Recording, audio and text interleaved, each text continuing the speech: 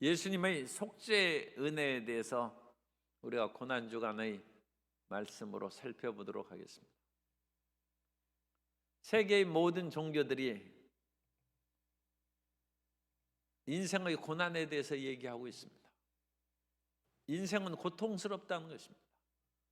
오늘 우리가 살아가고 있는 이 세상에 물가는 오르고 여러 가지 경제적인 삶이 어렵고 정치적인 일에는 서로 비방과 총선을 앞두고 여러 가지 헐뜯는 일이 난무하므로 그러지 않아도 편치 않은 백성들의 마음에 어지러운 마음을 주는 그것만 고통스러운 것이 아니라 이 세상에 파라다이스는 없다는 것입니다. 모든 세상이 어렵고 힘들다는 것입니다. 그래서 어떤 종교에서는 이 고통의 세상을 어떻게 잘 살아갈 수 있느냐, 예의 범절을 지키고 인을 지키라고 얘기합니다. 그래야 서로 물고 찢고 싸우지 아니하고 화평하게 이 세상에서 살아갈 수 있지 않느냐, 그렇게 얘기하는 종교가 있고, 또 어떤 면은 너무 괴로워가지고 스승을 찾아와요. 왜 그러느냐? 내 마음이 너무 괴로워서 견딜 수가 없습니다. 그래, 그러면 그 괴로워하는 마음을 한번 내놓아보라. 그러니까 그 사람이 아니 내 괴로워하는 것이 어디 있는지 마음을 찾아보니까 마음이 없습니다. 마음을 없애는 거예요. 원래 인생은 없다는 것입니다. 4대 원무주 5원 본시공이라고 해가지고 인생의 마음이 없다는 것입니다.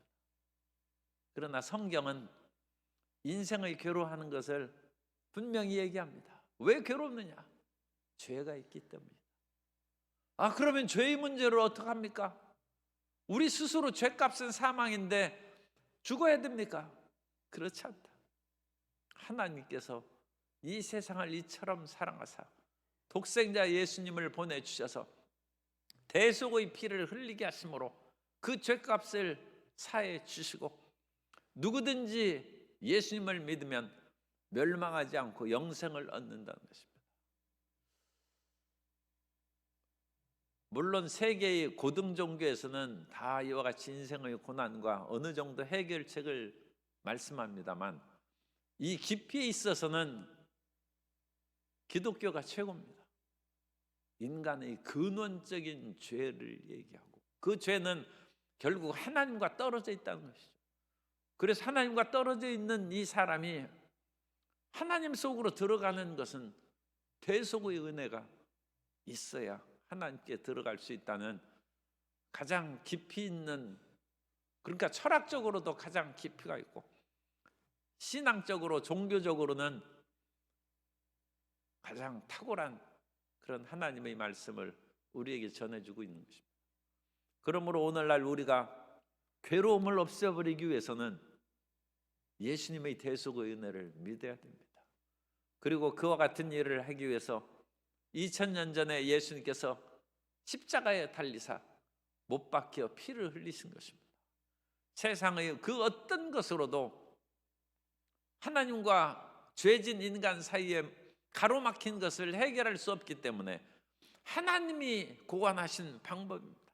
하나님이 역사하신 유일한 길은 독생자의 피를 흘려서 그 가로막힌 것을 없애버리고 그 예수님의 깨어진 몸 사이로 하나님께 나아가는 새롭고 살 길이 열렸다는 것입니다. 오늘 예수님의 대속의 은혜를 믿음으로 말미암아 평안함을 얻고 치료함을 얻고 삶의 은혜로 충만하게 채움받게 되시기를 주님 이름으로 축복합니다. 그래서 현재의 그런 모든 인간 상태에 대해서 우리가 살펴보면 하나님은 기도하는 것도 힘들고 하나님이 무섭지 않습니까? 그것이 로마서 1장 18절에 나오는 하나님의 진노가 불의로 진리를 막는 사람들의 모든 경건하지 않음과 불의에 대하여 하늘로부터 나타나느니, 이 죄 지은 사람들이죠. 모든 경건하지 않음과 불의에 대해서 하나님의 진노가 있다는 거예요. 이 세상에서도 사장님이 화내면 직원들이 떠는 것이죠. 나라의 지도자들이 분노하면 백성들이 고통스러운 것이고, 옛날 말에는 왕의 분노는 살인을 일으킨다고 했어요. 왕이 분노하면 사람이 죽는 것이죠. 오늘날에야 지도자들이 자기 마음대로 사람들을 죽이고 살릴 수는 없습니다만, 옛날에는 왕의 분노는 죽음에 이르는 거예요. 하물며 하늘과 땅을 지은 하나님의 진노가 있으니까 사람들이 불안하고 고통스러운 것입니다. 그런데 그와 같은 하나님의 진노는 인간의 죄 때문에 그런 것이죠. 그 죄를 위해서 로마서 5장 10절에 보면 곧 우리가 원수 되었을 때, 그래서 하나님과 우리 사이는 죄로 말미암아 원수예요. 거룩하신 하나님과 죄진 인간 사이는 서로 원수 관계입니다. 그 아들의 죽으심으로 말미암아 하나님과 화목하게 되었은즉, 화목하게 된 자로서는 더욱 그의 살아나심으로 말미암아 구원을 받을 것이니라. 여기에서 죄값을 치르는 것이 분명히 언급되어 있습니다. 이 세상에서 죄를 진 사람이 나는 죄 없다고 아무리 발버둥 쳐도 그것은 거짓을 말하는 것이고 허상인 것입니다. 하나님을 떠난 죄가 있고 사람들을 괴롭힌 죄가 있는 것입니다. 하나님에 대한 죄가 있고 사람에 대한 죄가 있는 것입니다. 그러므로 하나님에 대해서 죄 짓지 말라는 것이 10계명의 대신계명, 하나님에 대한 1계명부터 4계명까지고, 사람들에게 죄 짓지 말라는 것이 10계명에서 5계명부터 10계명까지, 사람에 대한 죄가 더 많죠. 그래서 6가지가 있는 것입니다. 그래서 죄값을 치러야 사람들이 화목해지는 것이고, 죄값을 치러야 하나님과 원수관계가 사라지고 하나님의 진노가 우리에게 떠나가는 것입니다. 로마서 6장 23절에 죄의 싹은 사망이요 하나님의 은사는 그리스도 예수 우리 주 안에 있는 영생이니라. 그래서 죄값은 사망이라는 것입니다. 그런데 이 죽음을 우리가 이해할 수 있기 위해서 대속의 죽음을 구약 성경에서 자세히 가르쳐 줬어요. 하나님의 아들이 갑자기 이 세상에 나타나셔서 우리 죄를 위하여 죽었다 그러면 사람들이 이해를 못하는 것입니다. 그래서 구약 성경에는 이와 같이 대신 죽는 일을 많이 언급해 놨어요. 심지어 룻기에 보면 그 집안이 망했어요. 그래가지고 온 집안이 물려오던 기업을 팔고 모압으로 이민 갔어요. 그런데 모압 땅에서도 남편 죽고 두 아들이 다 죽었어요. 그러자 나오미가 그 이제 며느리 룻을 데리고 고향으로 돌아왔는데 살 길이 막막한 거예요. 그런데 참 놀랍게도 하나님께서 그 며느리 룻이 이삭 주러 갔다가 보아스를 만났는데, 보아스는 친척이란다. 이 친척은 히브리어로 고엘인데 대속해주는 자, 물러주는 자라는 뜻이 있어요. 그래서 이 보아스는 돈이 많기 때문에 나오미 그를 잃어버린 그 같은 기업을 물려줄 힘이 있다. 그리고 이미 대가 끊어졌는데 룻을 통해서 자녀를 낳음으로 나오미 품에 안겨주셔서 룻이 오벳을 낳고 오벳은 이새를 낳고 이새는 다윗 왕을 낳으니라.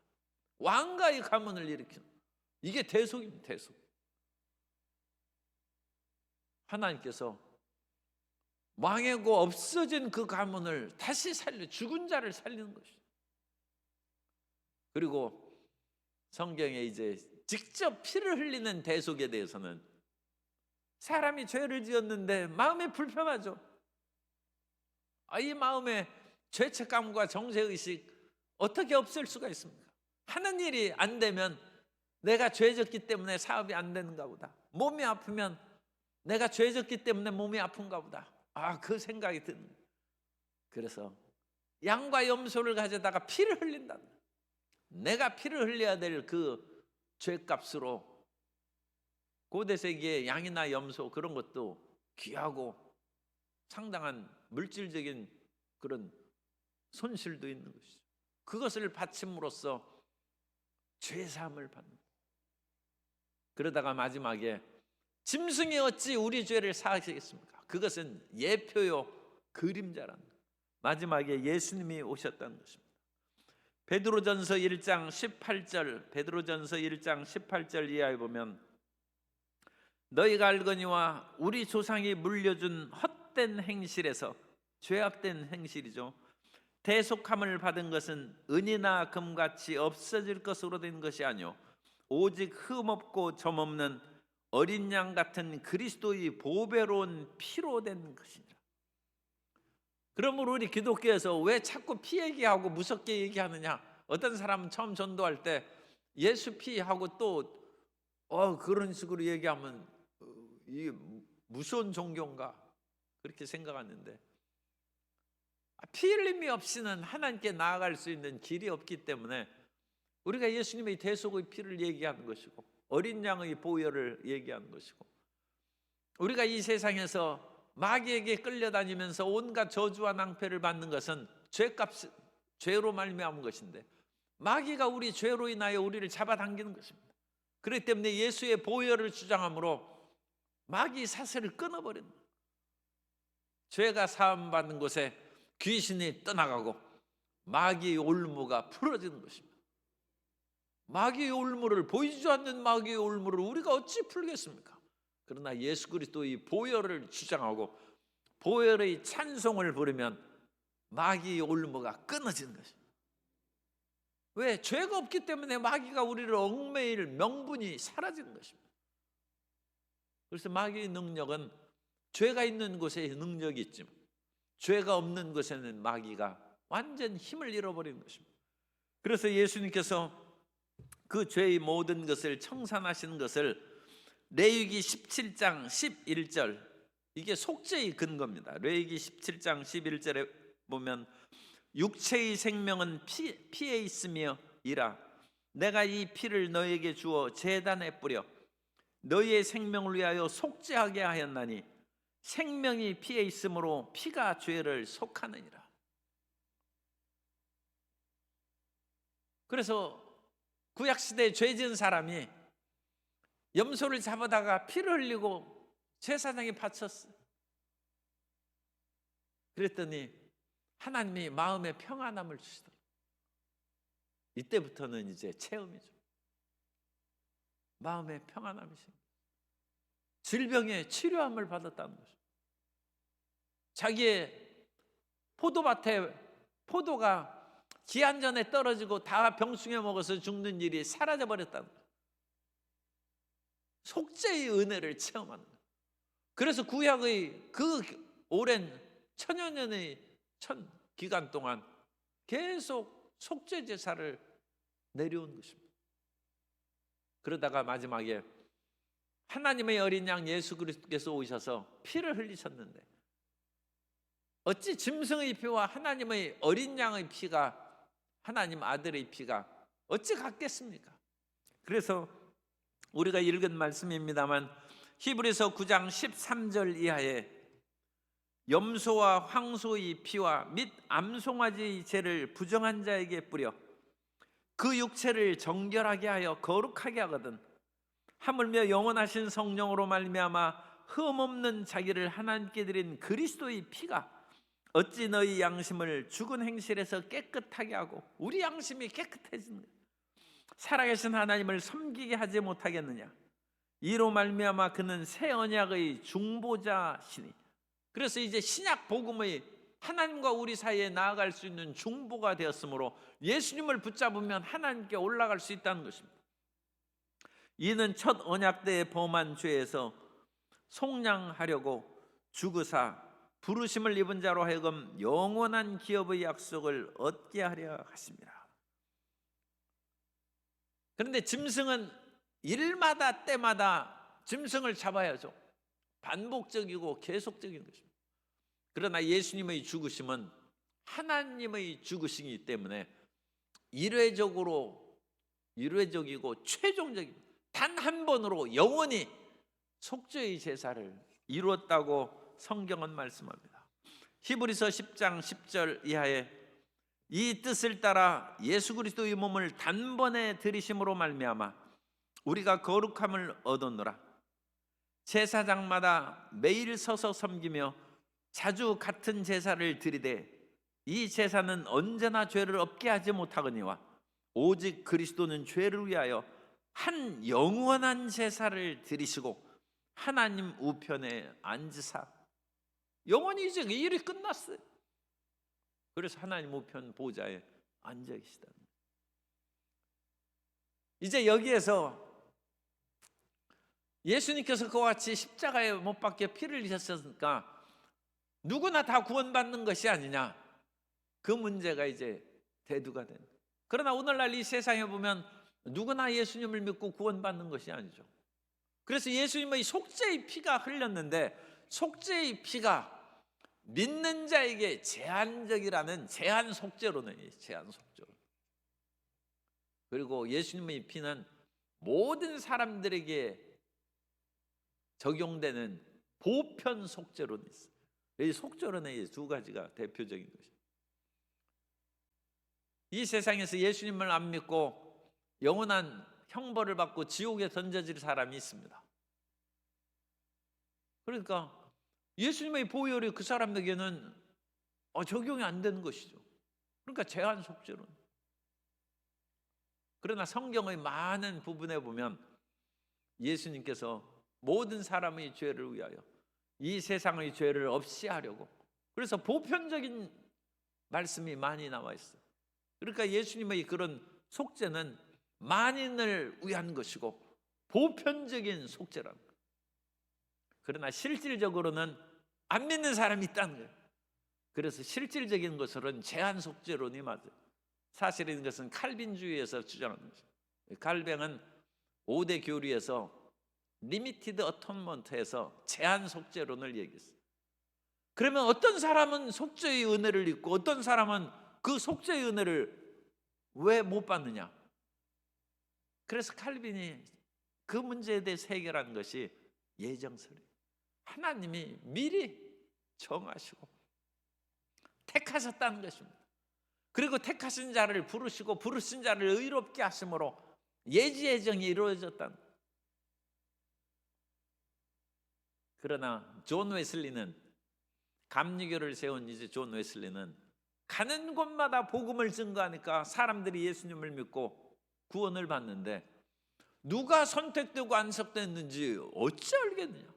모든 사람에게 복음을 증거하고 또 성경의 가르침은 너는 천하 만민에게 복음을 증거하라고 했지 선택된 자에게 복음을 증거해서 구원받으란 말이 어디 있느냐? 그러니까 보편 속죄론을 주장하고, 그러나 보편 속죄론에서 이제 거기에서 감리교나 이 알미니안주의입니다. 이 알미니안주의에서는 믿는 자를 구원하신다. 그러니까 모든 사람을 위하여 피를 흘리셨지만 중요한 것은 내가 그걸 받아들이는 거예요. 감옥문이 활짝 열렸습니다만 나오라고 하니까 아니 나가면 이제 붙잡아다가 더 고문하려고 안 나간다는 거예요. 그러나 이제 죄악의 문이, 감옥문이 열렸으니까 너희는 나와서 빛의 세계로 나오라는 것입니다. 그것을 믿음으로 나아온 사람에게는 구원을 받고, 모든 사람을 위하여 문은 열려 있지만 마음으로 믿어 의에 이르고 입으로 시인하여 구원에 이른다.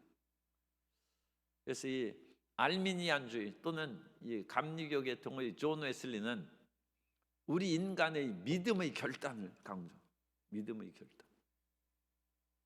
그래서 우리가 예수님을 영접하면 우리 교회에서도 일어나서 입으로 시인하지 않습니까? 우리 교회가 알미니안주의입니다. 원래 이 순복음교회는 알미니안주의로 이 믿음의 고백을 하고 시인하라는 것입니다. 그래서 두 개가 결국 구원받는 숫자는 같아요. 제한 속죄론이나 보편 구원 속죄론에서도, 보편 속죄론에서도 하나님은 문은 다 열어놨지만 믿는 자, 나와서 예수님을 구주로 시인하는 자가 구원받기 때문에 그것도 일종은 제한 구원이죠. 제한 구원. 그렇게 해서 하나님이 정하신 구원받는 사람은 결국은 똑같습니다. 똑같은데 이제 보혈의 유효한 역사에 대해서는 예지예정이 된 그 사람들에게만 적용된다는 제한 속죄론과 모든 사람에게 속죄의 은혜가 임하지만 그것을 입으로 시인하고 마음으로 믿는 사람에게 구원의 역사가 이루어진다는 그와 같은 이제 주장의 차이죠. 그러나 하나님이 구원하시면은 똑같고, 우리 순복음에서는 그거에다가 더 구체적인 단서를 우리가 제시한 것이, 마음으로 시인, 입으로 시인했는데 이 거짓 시인하거나 그런 사람도 있어요. 대충 해가지고 하도 주변에서 그와 같이 얘기하니까 내가 그냥 얘기했지 내 마음으로 믿는 것은 아니라는 것입니다. 그래서 우리는 성령 충만함을 받으라. 그래서 성령의 충만함을 받음으로 이 예수 그리스도의 보혈의 역사가 확실히 나타나는 것을 체험하라. 왜냐하면 성령은 그리스도의 보혈이 임하여 거룩해진 심령에, 그리스도의 피가 우리의 양심을 깨끗하게 함으로, 거룩하게 함으로, 깨끗한 정도가 아니라 거룩하게 함으로 거룩하신 성령이 임하신다. 그래서 성령 충만함을 받으면 이제 천국 백성 됐다는 것이 확실하게 인침받은 것이고, 성령 충만함을 받으면 이 삶에서도 죄책과 정죄의식에서 벗어나고 마음의 평안함을 얻고 질병도 치료함을 받고 하는 모든 길에 형통한 은혜를 입는다는 거죠. 그래서 우리 오순절계통의 하나님 성회 또는 순복음교회에서는 복잡하게 제한 속죄론, 보편 속죄론, 제한 구원론 그런 것으로 이론적이고 복잡하게 얘기하지 말고 성령의 충만함을 받으라. 그래서 죄악에서 벗어나서 예수님의 대속의 은혜를 마음 가운데 누리라는 것입니다. 그리고 이와 같이 우리가 성령의 충만함을 받으면 삶 가운데 우리의 풍성한 열매를 맺음으로 이제 그 실질적인 증거가 된다는 것입니다. 오늘날 이 세상에서는 워라벨이라고 해서 work and life balance, 일과 라이프, 자기 생활을 즐기는 것에 조화와 균형을 일으켜준 밸런스를 이루어야 된다. 그래서 워라벨이라고 그러죠. work, life, balance. 그런데 우리는 이 워라벨을 다시 용어를 좀 단어를 바꿔가지고 worship and life balance, 우리는 예배와 생활의 밸런스를, 그래서 예배는 종교 생활이에요. 우리의 신앙 생활과 월십 그리고 일반 생활을 조화를 이루어야 돼요. 예배 드릴 때는 천사 같고 일반 생활을 할 때는 세상에 사는 사람하고 똑같고, 그래가지고는 이 조화가 안 되는 것이죠. 오늘날 일과 자기 생활의 조화를 이루어서 여가를 즐기고 일의 노예가 되지 말고 출근, 퇴근 시간 딱 되면 이제 라이프를 위해서 정시에 퇴근하고 그런 워라밸을 즐기는 젊은 세대들이 한국 사회에 있다면, 우리 성도들에게는 월십, 예배와 세상 생활의 조화를 이루어서 예배 생활과 세속의 생활이 조화를 이루어 하나님께 영광을 돌려야 되는데, 그것을 조화를 이루는 핵심적인 그 용어가 있어요. 그것은 빛입니다. 빛. 예배를 드릴 때도 빛 가운데 우리가 행하고 세상 가운데서도 빛 가운데 사회생활을 하면 그건 언제 어떤 생활을 하든지 우리는 하나님께 영광을 돌리게 될 줄로 믿습니다. 오늘 예수님의 보혈이 우리에게 역사할 때 우리를 빛의 자녀로 만듭니다. 이 예수님의 보혈이 우리에게 임함으로 말미암아 우리의 예배를 하나님께서 받으신 것입니다. 우리는 가인의 예배를 드리지 않고 이제는 아벨의 피로, 아벨의 피보다 더 낫게 말하는 예수 그리스도의 피로 드리는 예배를 드림으로 하나님께서 우리의 예배를 받으실 줄 믿습니다. 뿐만 아니라 우리 생활 가운데서도 그리스도의 보혈로 씻음 받은 빛의 자녀가 되어 우리가 가서 생활하는 모든 곳마다 어두움이 사라지고 빛의 역사가 이루어지므로 사회가 맑고 밝고, 우리 마음이 밝음으로 사회가 밝아져서 대한민국이 밝아지고 예수 그리스도의 복음 전도하는 곳마다 빛의 지구촌이 되는 역사가 나타나게 될 줄로 믿습니다. 이 그리스도의 대속의 피는 우리의 신앙생활을 넘어서 사회생활까지 깨끗하게 하는 위대한 역사를 반드시 나타낼 것입니다. 그 일을 위하여 헌신하고 열심히 일하는 저와 여러분 되시기를 주님 이름으로 축복합니다.